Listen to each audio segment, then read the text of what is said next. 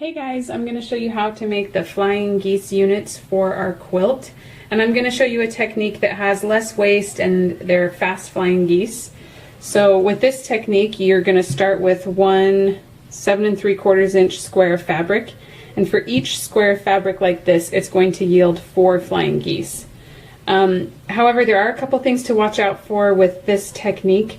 Sometimes you'll get a little raw piece of fabric that gets kind of caught and exposed in this point of your flying geese, which we don't want that, and I'm going to be showing you later how to avoid that.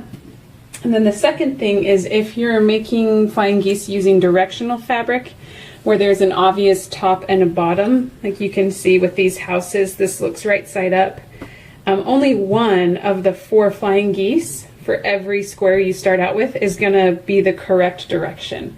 So if you're doing flying geese and you care what direction they're going, you might want to use a different technique than the one that I'm about to show you.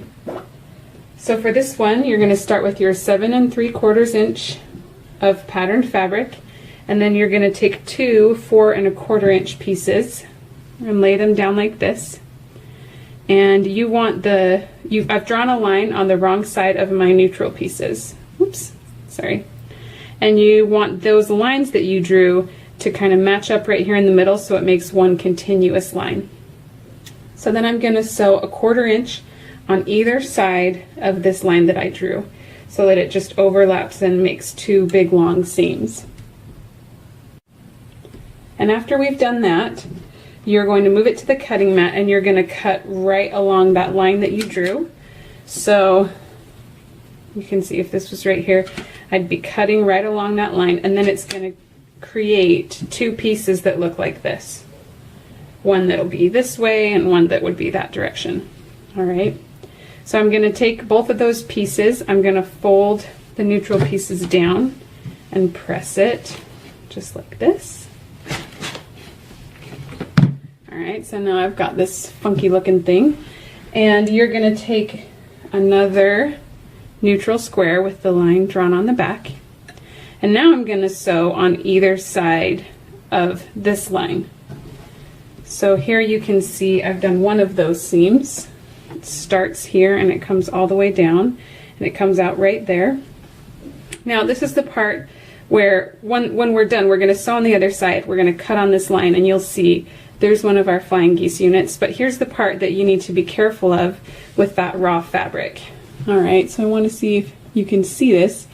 Here's this raw edge of fabric right here, and what we're going to be doing is sewing 1/4 inch seam right here.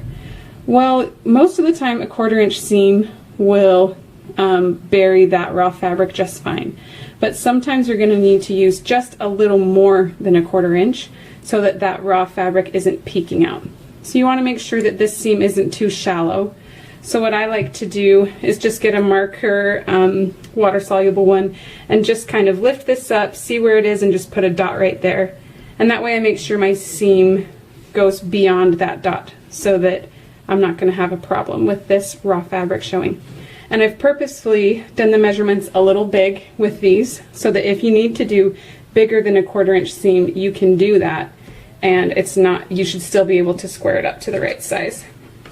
So now pretend that I've sewn that seam. So I've sewn on both sides of my line, and now I'm going to cut right along the line and press this up, and there we have our flying geese. Alright, now the last step is going to be to square this up to 3.5 inches by 6.5 inches with whatever method you like. I have a flying geese ruler right here that's going to be just the right size, but you can also just use a regular 6.5 inch ruler to do this. Whoops, sorry, I've shifted a little bit. Let me get this the way it needs to be. Alright, and you're just going to continue doing that until you have enough flying geese units for our quilt.